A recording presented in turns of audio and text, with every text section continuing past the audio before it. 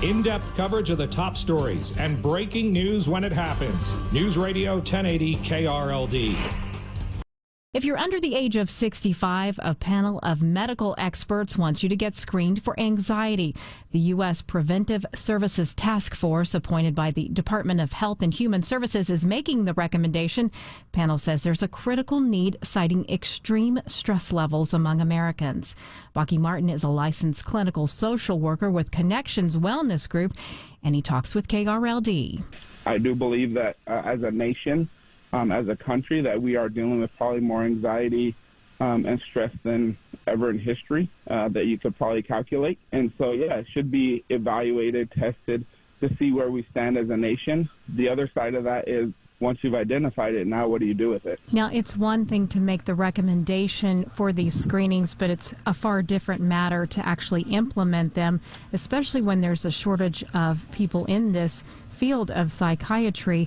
How would that be done? Is it possible? Some of the skills don't necessarily require psychiatrists to conduct, right? You can use a social worker, a licensed social worker, an LMSW. You can use an LPC, a counselor, an LMFT, a licensed marriage and family therapist, or you can use a psychiatrist or a psychologist. And so there are people enough to conduct it outside of simply just psychiatrists doing it. So we can identify it, but then there's the treating it. And I think that's where the bigger shortage is much more of a concern, is once we've identified it and we know the severity of it, now who's going to treat it? What's the follow-up? Who are we sending them to? And that's where I get concerned about the shortage in providers to actually treat these issues or conditions that we've now discovered.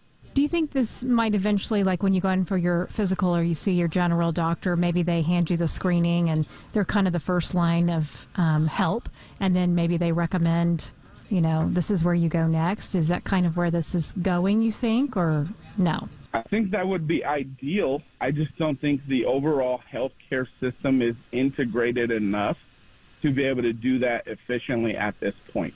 I think that is the idea, right? Your physician has identified an issue, they've teased it out with their assessment tool, and now they know who to send you to.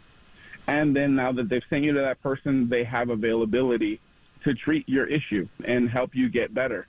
I think that's the dream, but unfortunately our healthcare system is not integrated that way. And so my question is, now that the physician has identified it, do they have a list or know who the resources are to send their patient to? Or are they just sending them back to their insurance plan that says, hey, go find someone who treats this? Anything else you would like to say or add or would like our listeners to know about this? There's an opportunity for us to figure out how to do this. I believe if we get the right minds at the table who understand the impact, there is hope. There is opportunity. There's organizations like us, Connections Wellness Group, that we've expanded all over DFW and trying to do this in a meaningful, intentional way and integrate into these communities to be available. And so it's just a matter of providing access, and that's the biggest piece, is how do we get access for the community? Keep fighting, keep working toward getting better. Don't lose hope in the process.